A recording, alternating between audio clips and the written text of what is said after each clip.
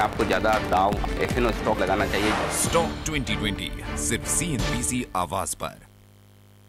Stock 2020 के प्रायोजक हैं LIC जीवन आरोग्य और MDH मसाले। जब वीरू घर आते हैं तो बहुत तोड़फोड़ मचाते हैं। मत पूछो जी। अरे बेटी, इस भोड़ू का तोड़ है हमारे पास। ये जोड़ू JK सुपर सीमेंट, विश्वास है इसमें कुछ खास है। ये है नेटवर्क 18 और आप देख रहे हैं CNBC आवाज। ये प्रस्तुत करता है Vinayak, changing the skyline of Varanasi. Associate partner JVL, partnership for progress.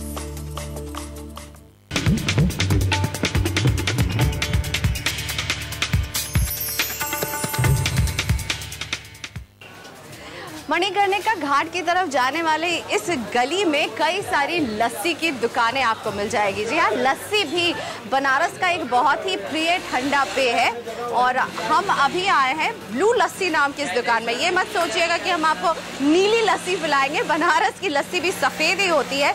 लेकिन इस ब्लू लस्सी दुकान की खासियत ये है कि इसे कोरिया के टूरिस्ट ने काफ़ी पॉपुलर किया और इनकी दुकान का रंग है नीला, इसीलिए ये ब्लू लस्सी के नाम से फेमस है। और आपको यहाँ पर एप्पल लस्सी, मैंगो लस्सी, चॉकलेट लस्सी, हर तरह की लस्सी मिलेगी, हर फ्लेवर की लस्सी मिलेगी। और मुझे जो पसंद है नमकीन लस्सी, वो भी है।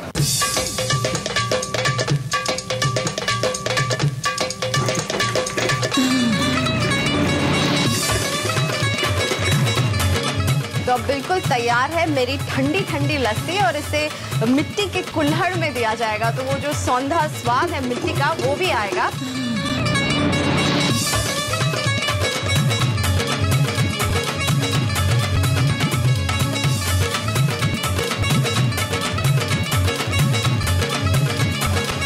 चलिए, धन्यवाद। तो ये है ब्लू लस्सी शॉप की वाइट लस्सी, नमकीन लस्सी मेरी खास। और इसको पीने और खाने का सही तरीका है कि आपको पहले ये मलाई खाना होगा, जिसके लिए आपको चम्मच दी जाती है, और फिर आप पिएंगे लस्सी।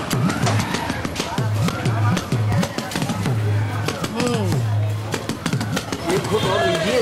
अरे कितना खा पिएंगे? ज्यादा नहीं होगा, ये तो स्वयं हल्का है, नमक का है। ये थोड़ा मलाई और लीजिए। नहीं नहीं भैया प्लीज आदत नहीं है, पचा नहीं पाएंगे।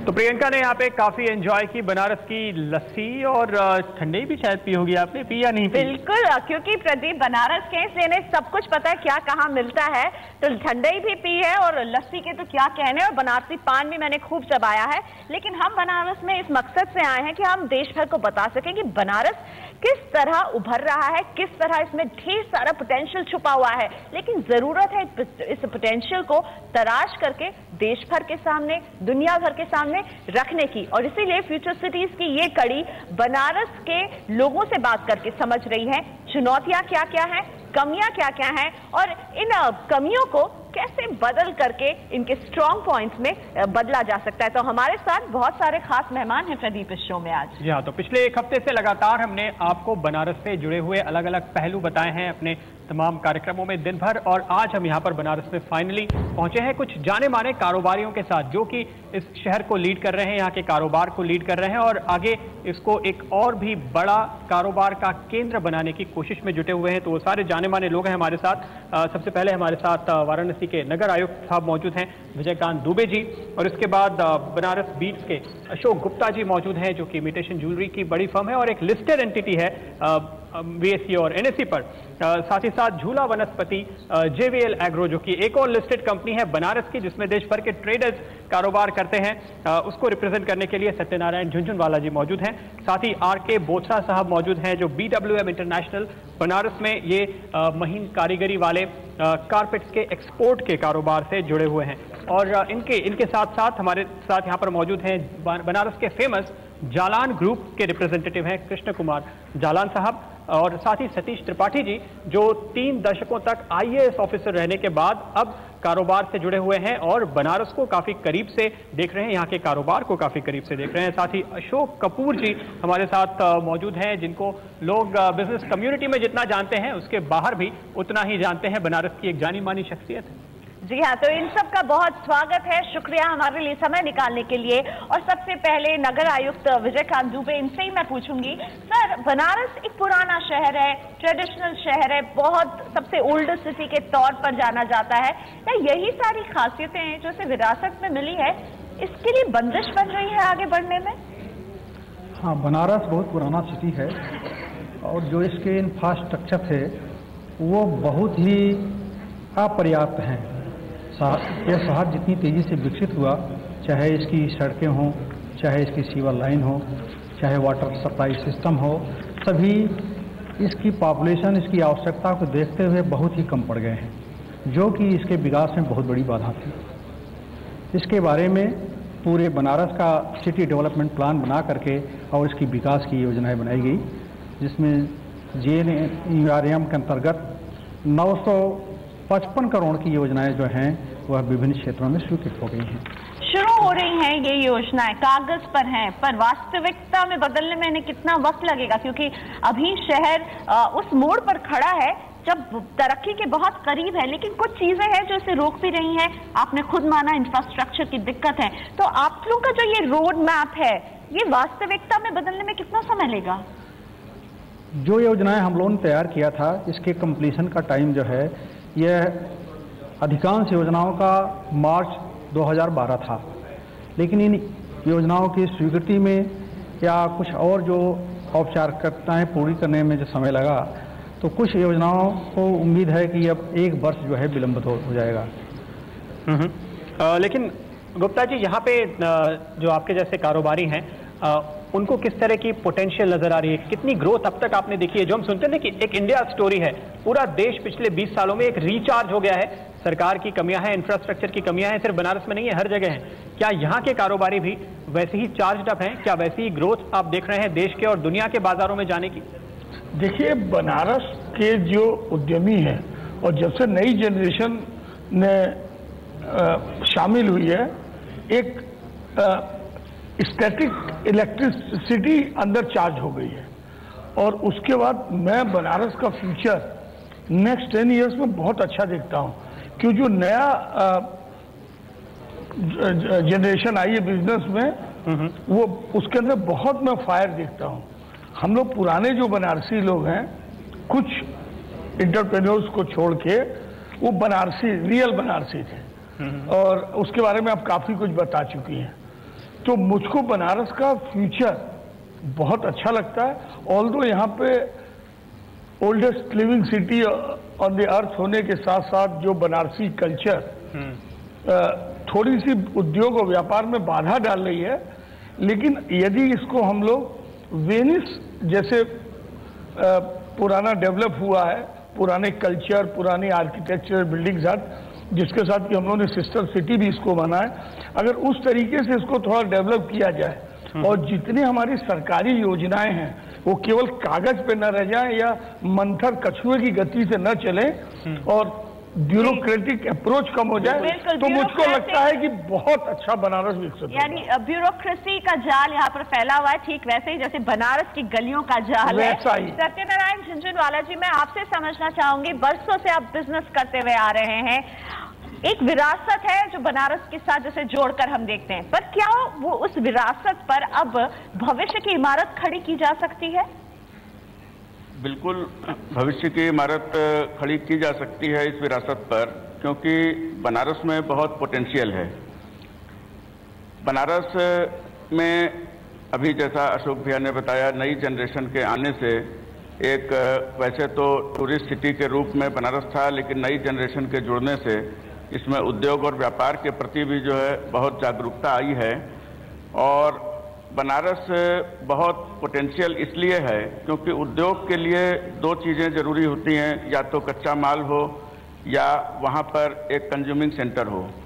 तो बनारस कम से कम एक कैचमेंट एरिया है, कम से कम 8 करोड़ की आबादी का, जो कि दुनिया के बहुत कम देश हैं जिनकी आबादी 8 करोड़ से ज़्यादा हो।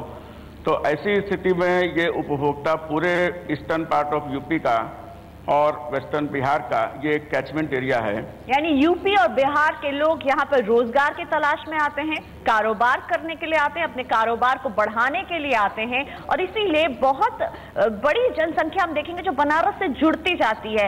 एनर्जी बहुत है। बोथरा साहब, आपसे समझना चाहूंगे, एनर्जी बहुत है, हम सुन रहे हैं, पोटेंशियल बहुत है, हम सुन रहे हैं, पर उस ओर कदम उठ रहे हैं?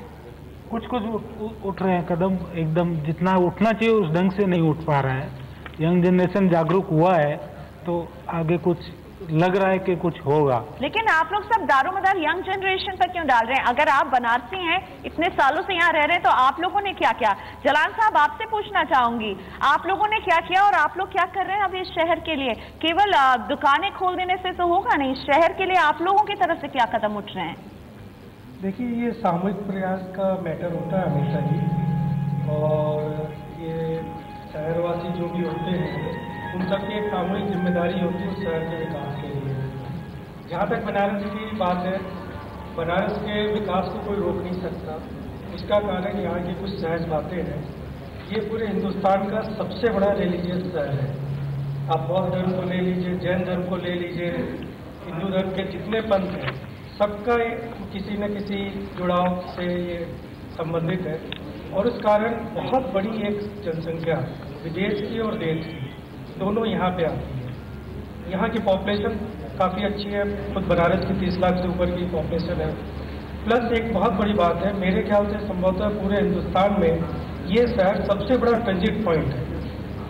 लोगों का यहाँ पे आना विभिन्न कारणों से, पूरे पूर्वांचल और बिहार को लेके ये सबसे बड़ा एकेडमिक हब है, आपके मेडिकल हब है। तो इन सब चीज़ों को लेके बनारस के विकास को रोक नहीं सकते।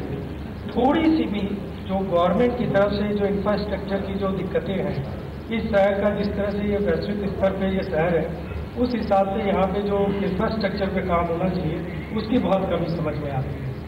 तो अगर उस पर थोड़ा सा ध्यान दिया जाए, बिल्कुल दिन दूना रात चौगुना ये शहर करेगा। ये आपने बिल्कुल सही कहा कि वैश्विक स्तर पे ही आपको देखना पड़ेगा, क्योंकि जैसे बोथरा साहब जैसे एक्सपोर्टर्स हैं या कपूर साहब हैं, दुनिया भर के कारोबारियों से कंपटीशन है, देश के दूसरे शहरों में जो बिजनेस है उनके साथ कंपटीशन है। क्या उसके लिए बनारस शहर तैयार है? क्या यहाँ की जो एडमिनिस्ट्रेशन है या फिर यहाँ के जो कारोबारी हैं वो किस हद तक तैयार है इन चुनौतियों का सामना करने के लिए? पूछेंगे इनसे, लेकिन एक ब्रेक के बाद।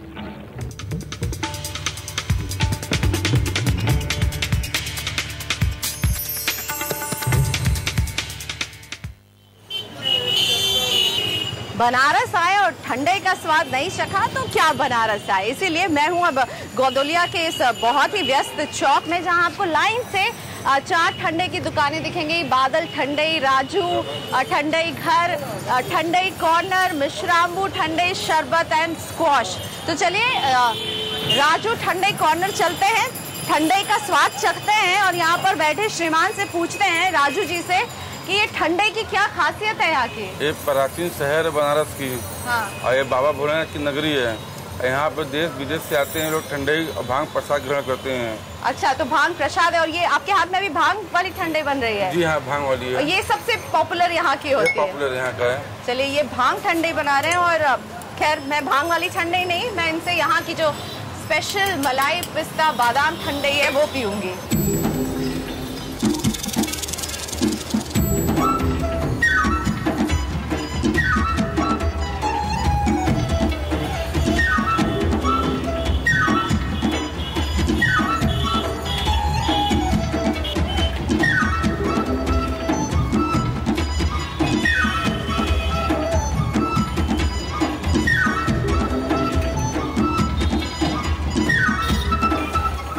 चलिए, ये मेरी मलाई पिस्ता ठंडई तैयार है। एक बात और बताइए, ठंडई में क्या क्या होता है? इसमें बादाम है, काजू है, केसर है, इलायची है, चीनी है, सौंफ है, दूध है, मलाई है। यानी बहुत ही पौष्टिक ड्रिंक है। ठंडा होने के साथ साथ बहुत पौष्टिक है। बहुत सारे ड्राई फ्रूट्स को के मिक्सचर को तैयार करके बनता है, और ठंडी ठंडी ठंडई बनारस के नाम।